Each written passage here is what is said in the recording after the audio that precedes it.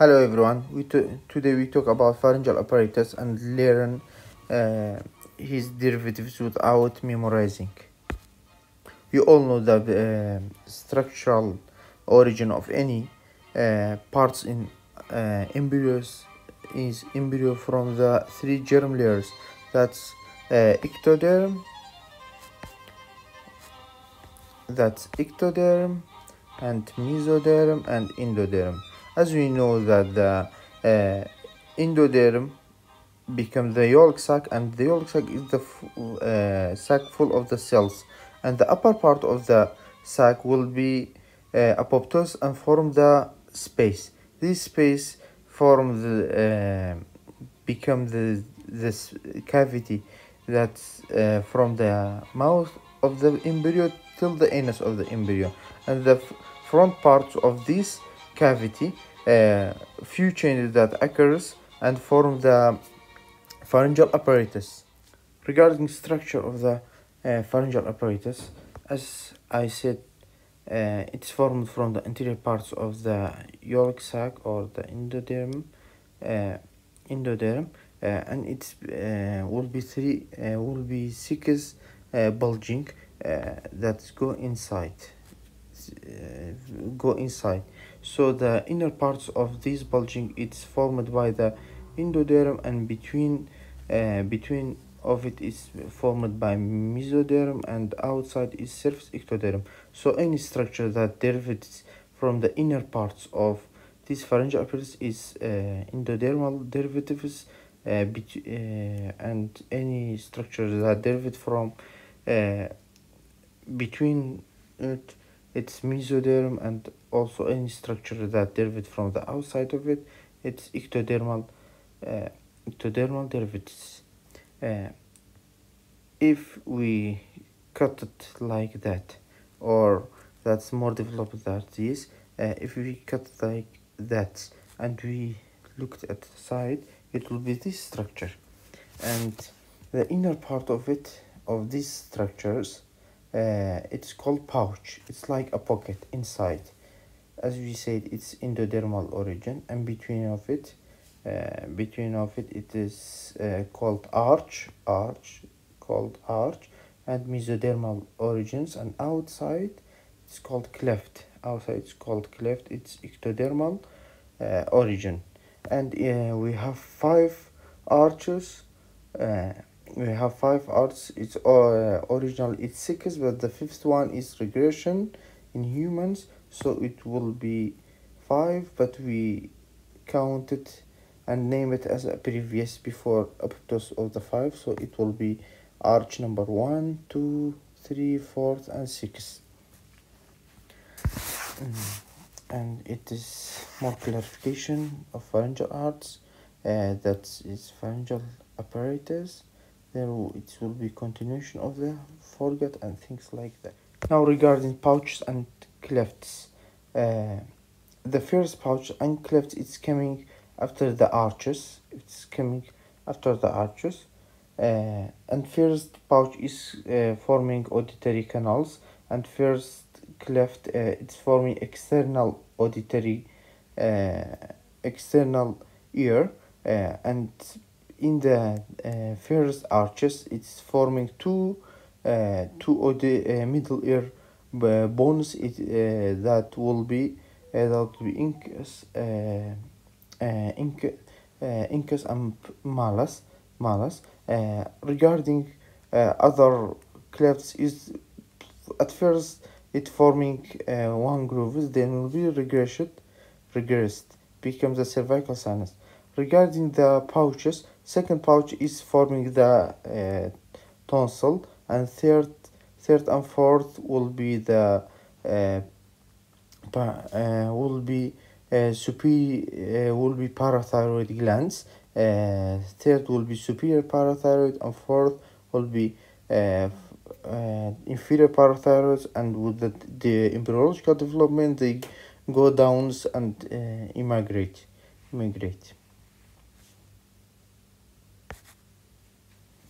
That's more clarification for regarding first pouch and clefts.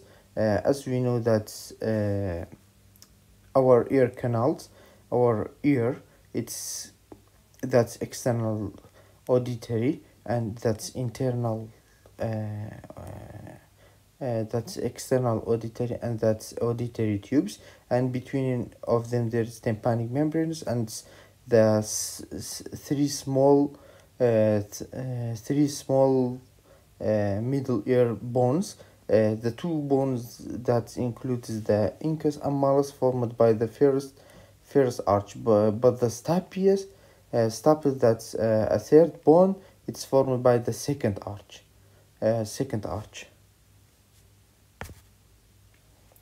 That's another shape of it. Okay. As we say that the arch is mesodermal origin. So as we know in general embryology, mesoderm is responsible for making bones, muscles, connective tissue, ligaments, cartilage. So any structure that will be these, it's coming from the arches. Ectodermis, surface ectodermis is forming the epithelialized tissue, and we must remember any nerve that formed in this pharyngeal apparatus, it's neural crest origin, because all the nerves that formed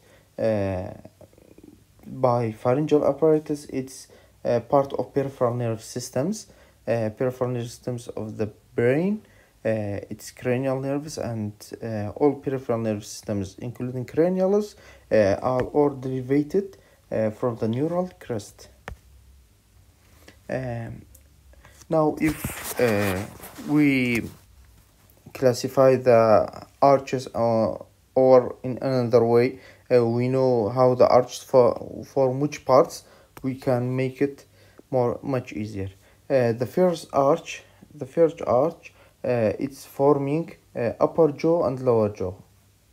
It's forming upper jaw and lower jaw, and two muscles.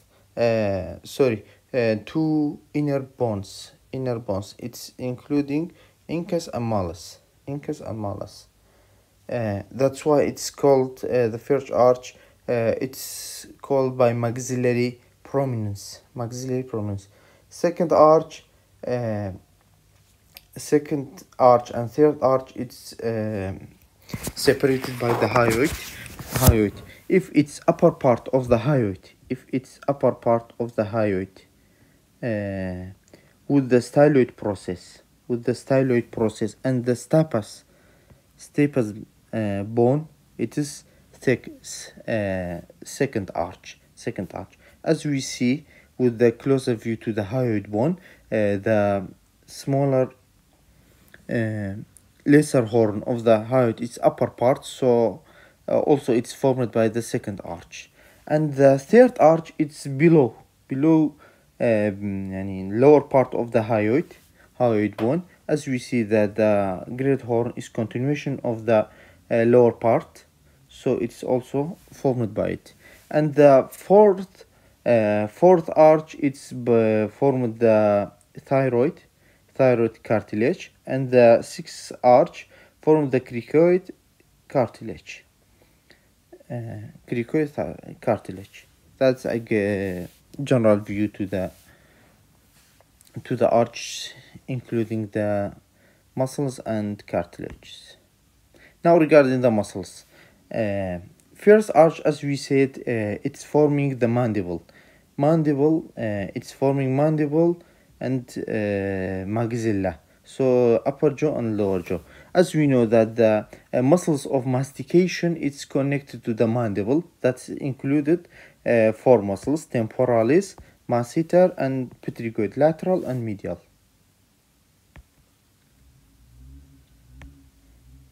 Regarding muscles of the second arch, the second arch has the two names other than second arch. It is hyoid arch and facial arch. Why it's called hyoid arch? Because most of it is connected to the hyoid. We have the hyoid artery, hyoid bones, upper part of the hyoid bones, and the few muscles connect with its name. It's called stylohyoid. Stylohyoid also originated. It's also originated from the second arch. Stylohyoid. Also the facial muscles. Any muscles in the face except the masticator groups. It's originated from the second arch. Second arch. Why it's called facial arch? Because it is supply all the muscles innervated by facial nerve and derivate all the facial muscles. As we said, second arch is the hyoid arch and facial arch. That's stylohyoid. As we say that the second arch, it is upper part of the hyoid, styloid process and stapedius. That's why it is derivative muscles. It is stylohyoid and tympanic muscle. Tympanic muscle. That's all. And facial. We not forget the facial muscles. We say that the separation between second arch and third arch is the hyoid. If the upper part of the hyoid and the lesser horns with the styloid is the second arch. If the lower part of the hyoid with that's great horn is the continuation of it, is the third arch. Regarding the muscles of the third arch, we say the third arch is lower part of the hyoid. Lower part of the hyoid. We have only one muscle and it's go to the lower part of the hyoid. It's called stylopharyngeus. That's muscle. That's hyoid. That's hyoid. Stylopharyngeus. Stylopharyngeus muscle. This muscle. Coming starting from styloid, go down. Regarding the fourth arch, we said the fourth arch, it is thyroid cartilage. Thyroid cartilage. In these have only two muscles. The muscles that directly attach to the thyroid, it's cricothyroids, also the name of the thyroid in the muscle. Second one is far away from it. It is called levator veli palatini. Levator veli palatini. That's muscle. This muscle. Only we have these two muscles in the fourth arch. As we say, because it's everything. Every of these, it's arch, so mesoderm. Because it's mesoderm, so because it's muscle, cartilage things, all these originates from mesoderm. Regarding the sixth arch, every muscles in the larynx and pharynx, it is regarded as muscles of the sixth arch. That's cricothyroid muscle. That's from fourth arch. Regarding the nerves, it's most easiest part. First, we can memorize it like this: 5, 7, 9, 10, 10. First arch is supplied by 5, second arch 7, then 3 arch 9, then 10 and 10. As we say, the second arch is supplied by facial nerve, that it is 7. Regarding vascular, it's easy part. We start from that below. We start from heart to go upward. After the heart, there is coming the pulmonary artery, right and left with PDA. That's originate from the sixth arch. Then right subclavian artery with the aortic arch, that's originate from the fourth. Then common carotid artery with the internal carotid artery, it's originated from third. Regarding two, as we say, two, it's a hyoid, so hyoid artery. regarding one is maxillary, so maxillary artery.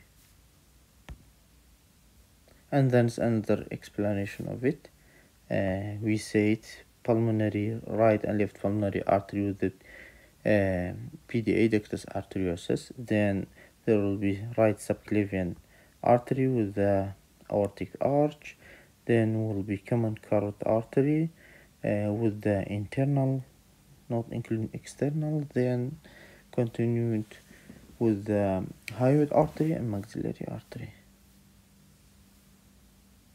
That's all. I hope you get benefit from it.